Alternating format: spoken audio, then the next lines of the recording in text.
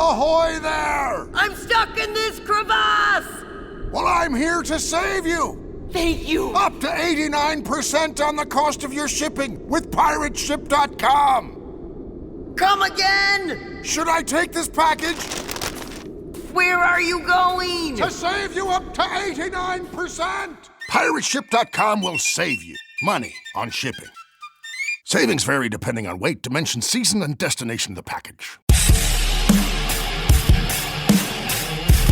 Hey, it's Jeff Zito. Thanks again for checking out another episode of the Celebrity Jobber podcast, which, by the way, is one of the top podcasts on the Apple Podcast Music Interviews chart. Past episodes and guests are online at celebrityjobber.com and streaming on all platforms you listen to podcasts, whether it's Spotify, Apple Podcast, iHeart. Please subscribe. Would love a 5-star rating and leave a review. So I grew up in New Jersey, and on my 6th birthday, I had a magician perform at my birthday party. I will never forget this day for a few different reasons. My sister got in trouble that day. So on my birthday, she didn't come home. My dad was really pissed off, and I remember the party just about to get started, and then my sister, I remember, got dropped off at home and is walking up the driveway very, very slowly. It's something I'll never, ever forget. So this is the day of my 6th birthday party. There's a magician performing, and I don't know if I have a fear of magicians.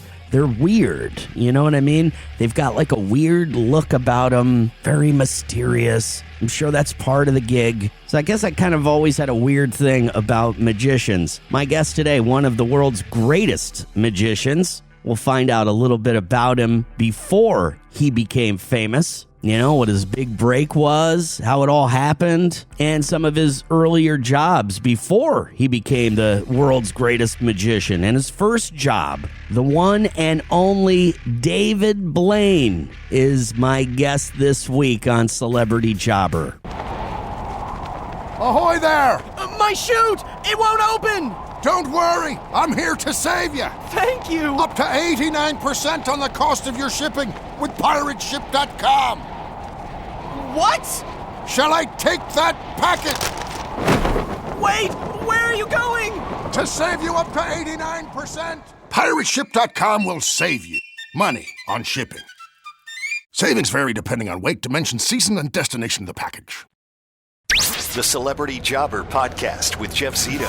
If you like what you hear, please subscribe, give a 5-star rating, and leave a review. Check out all our past episodes on Apple Podcasts, Spotify, or wherever you pod. What if these celebrities weren't famous? What would they have become? What was their first job? We're about to find out. Hi, David. Hey, how you doing? How's it going? Hey, man. Doing pretty good. Nice to meet you. You know, you're not as... how do I put this politely? You're not as scary over the phone as you are in person. I don't know. You got this vibe about you that's very mysterious. Do you do that on purpose? Well, I think if you watch this new series, you'll disagree with that whole theory, because in this series, I'm running away, laughing, screaming, and they're doing the magic to me, and that's. Lots of my friends that see this, they're like, this is, they like this side. Okay. Well, that's cool. Okay. So I want to talk to you. There's a new series on National Geographic that David is involved in. Also, by the way, I just wanted to mention the Las Vegas residency. Where is the residency right now, David? It's at the Encore Theater at the Wynn in Las Vegas, and it's a show that's a combination of all the things that I love. It's got things that are real. It has magic. It has card tricks. It has crazy stunts. It's all of it connected into one night, but physically it's so demanding that I can only do it a few times a month. So if you are there and you have a chance to come, please do. Yes, I will. And so let me ask, all the way back, okay? You're born in New York, raised in New Jersey. Your mom was a teacher. I mean, this seems to be like a regular upbringing. Mom, single parent, mom raised you. Well, how did you get involved in this whole thing? How'd you get involved in magic? Well, my mother was also very supportive of anything that I would do, and her reactions to the simplest card tricks made me want to learn more, because even if she had a tough day at work, I would do a card trick to her, a very simple, basic trick, and she'd run away screaming like it was the greatest thing ever. My love of magic began because I loved how cards felt in my hands, and when you think about a deck of cards, it has so many possibilities, and the amount of tricks you can learn are unlimited. There's 52 cards in the deck, there's 52 weeks in a year, there's 4 suits, like there's 4 seasons, there's 364 pips plus a joker, which is 1, 365 if you counted aces, 1, 2 is 2, jack 11. So there's so many things built into cards, and that started my love of math, numbers, logic, performing, then science, then I found Harry Houdini. Okay. And when I found Houdini, I saw dangling off of the edge of a building, who used to do card tricks and was also calling himself the king of cards. But then I saw him doing these other things that were death-defying feats. And I obsessed over this guy, and I dreamed about this guy. And then he wrote a book called Miracle Mongers and Their Methods. And he writes about the types of people that I'm searching the world for in this series. So he finds these people like the human aquarium, a guy that could convert his stomach into an aquarium where frogs and fish could live for hours, and then he brings them up, pours them into a glass from his mouth, and gives them to kids. These were kind of like my superhero figures, you know? So I kind of always obsessed over these people and started to, on my own, try to learn other things that would combine real with magic. And that was the beginning. That was kind of the beginning of that whole sort of love and quest for everything in this realm of what can the body physically do. So I wasn't really learning the big illusions. We didn't have resources like that at all. So I had a deck of cards, and we would go to Coney Island. I'd see the guys doing the sword song, and I'd see the guys doing the rope tricks, and I would see the cups and ball guys. And so I would watch all these things, and I think I absorbed and started to learn, and then spent my life still studying, learning, and trying to always continue with that art. The Celebrity Jobber Podcast with Jeff Zito. The Celebrity Jobber Podcast with Jeff Zito. And David Blaine, Do Not Attempt, is on National Geographic. Is it Monday nights at 9 Eastern, 8 Central, David? Is that correct? And it's also streams the next day on Disney Plus and Hulu. Yeah, it aired last night on National Geographic, and it's available on Disney Plus and Hulu. And we're releasing 2 episodes at a time. It's a 6-part series. I'm traveling the world, meeting these fascinating people that I only read about as a kid type people. Have these incredible skills, and they're giving me a crash course into their world. But it's a travel show, so we're getting into these places that very few people get to go, and we're getting this glimpse into these skills that have been passed down for generations, or developed on their own, or just, you know, through pain and suffering and thousands of hours, where to me it looks like magic, because the work is invisible. You can't see it. You just see the byproduct of what they're doing, which seems like nobody could, would, or should do it. David, what was your very first job? The very first thing you got paid for? Before all of this happened, did you have a regular job? I was 10 years old. I would fold newspapers. When I was 11 years old, I would work as a busboy in a diner while my mom was a waitress. And then when I was about 13 years old, I went to a diner in New Jersey, and I was a busboy there. And then I started waiting tables. And then I would go to buildings that burnt down, and I'd have to scrub all the black ash. I was like 16 off of the roof and off of the entire building. And I remember I would sneeze for like weeks later, and black soot would come out of my nose. So yeah, I've done lots of jobs. And I think learning from all these jobs was super valuable as a magician, especially when I was a waiter, because I would also do magic to the people. So while I was waiting tables, I was like 17, 16. You know, I would learn that if you stand too close to somebody and try to do magic, it's uncomfortable, so you lose their interest. If you're too far away, they don't want you to do magic to them. So there's like a balance point,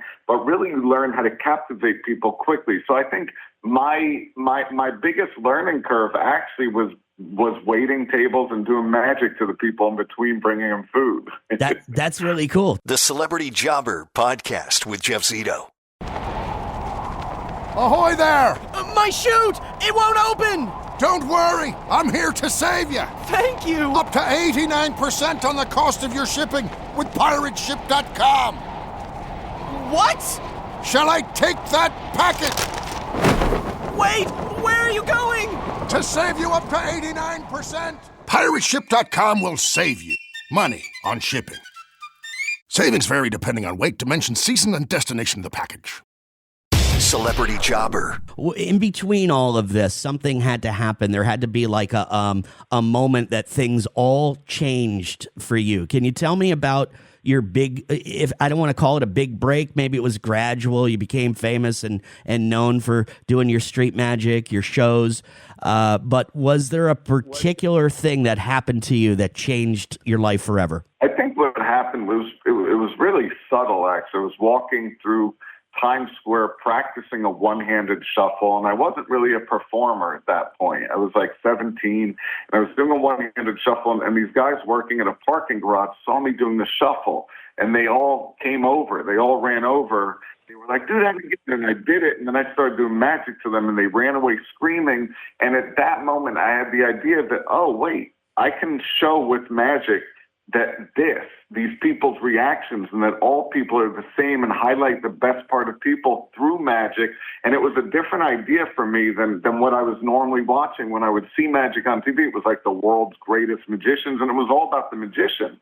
So instead, I decided, I wrote this mission statement on a cocktail napkin that said, I'm going to travel around the country. I'm going to show people from all different places, backgrounds, walks of life, religions, ages, and I'm going to show that they're all the same, or highlight the best in people using magic.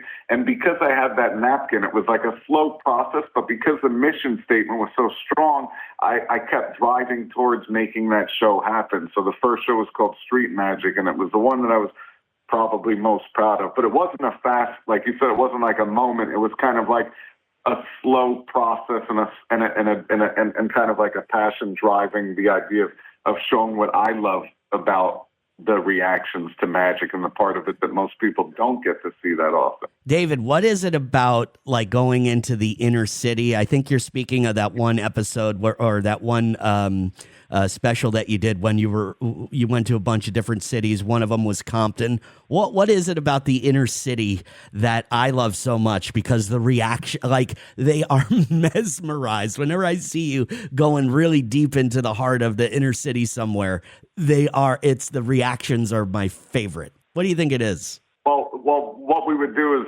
so in order to get those reactions, it was 2 years of shooting for a 1-hour episode of 44 minutes.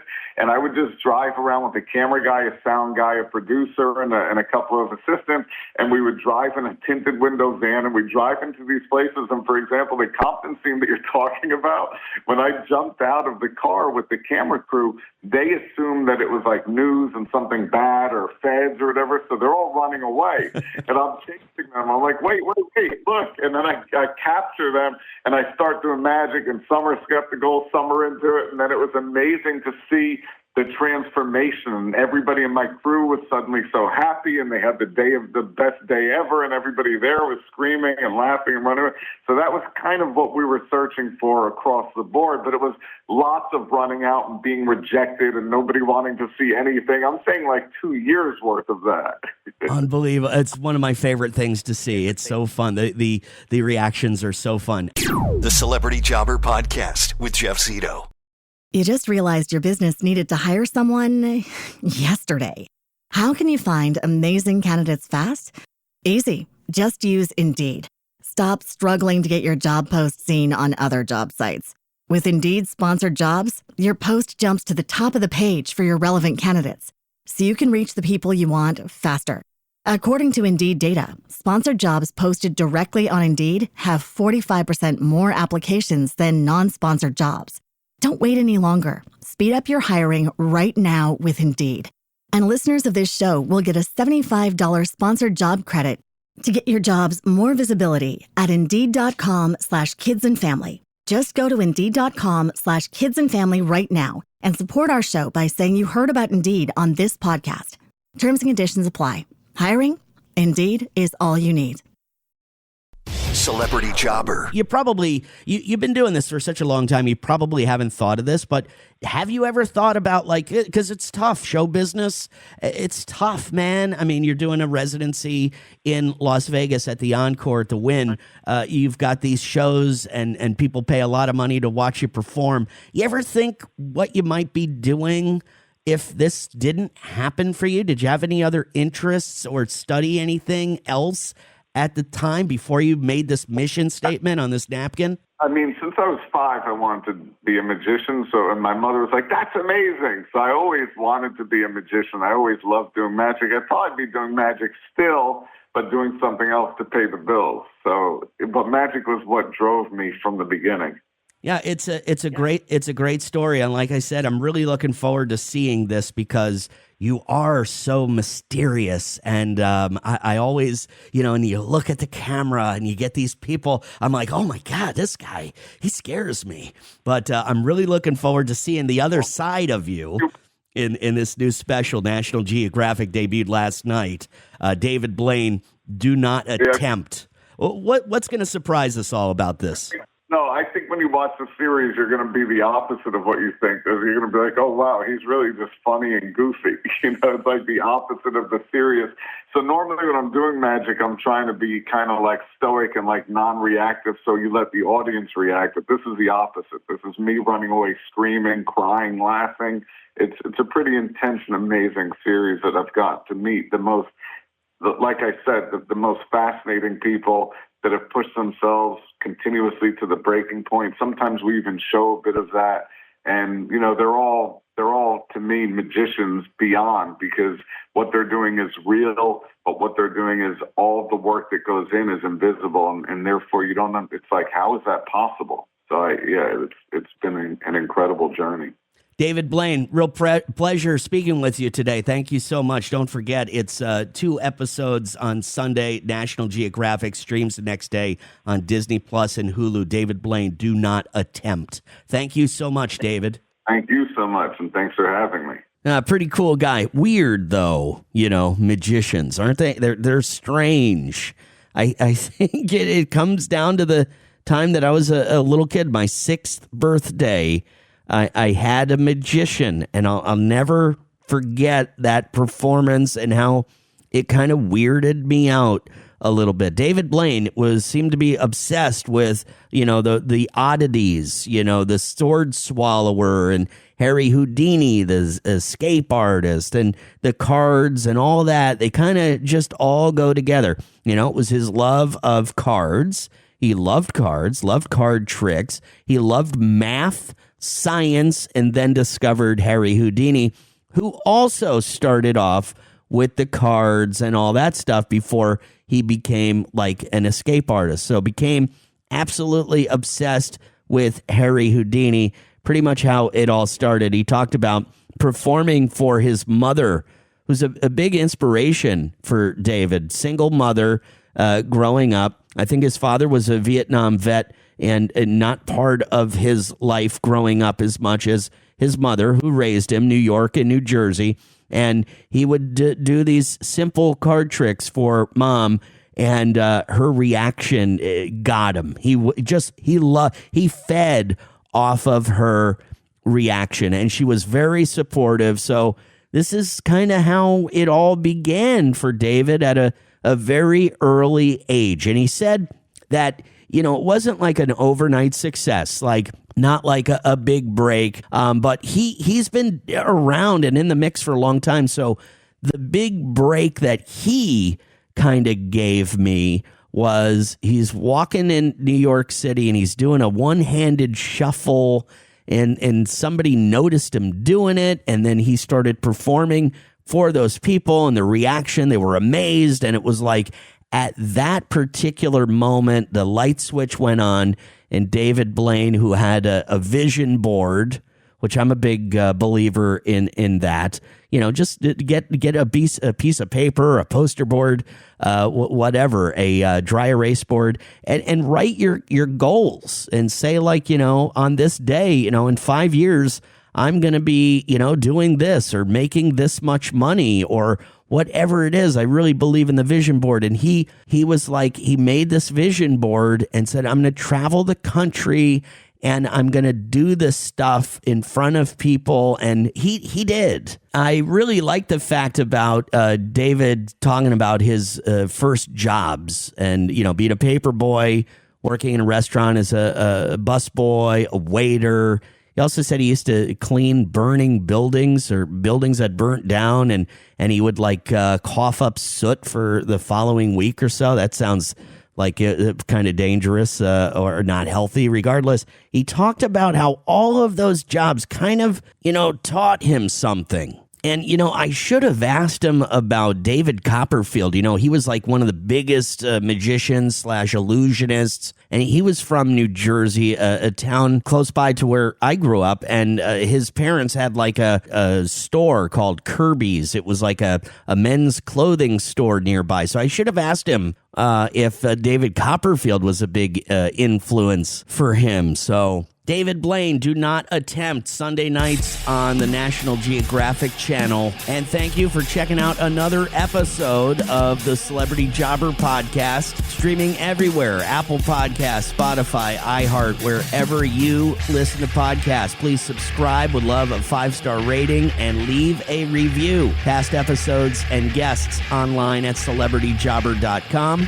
Plus, you can follow on Instagram, celebrity_jobber_podcast, and youtube.com/the@celebrityjobber. Again, thank you so much for checking out another episode of the Celebrity Jobber Podcast. Until next week, I'll see you then. I'm Jeff Zito.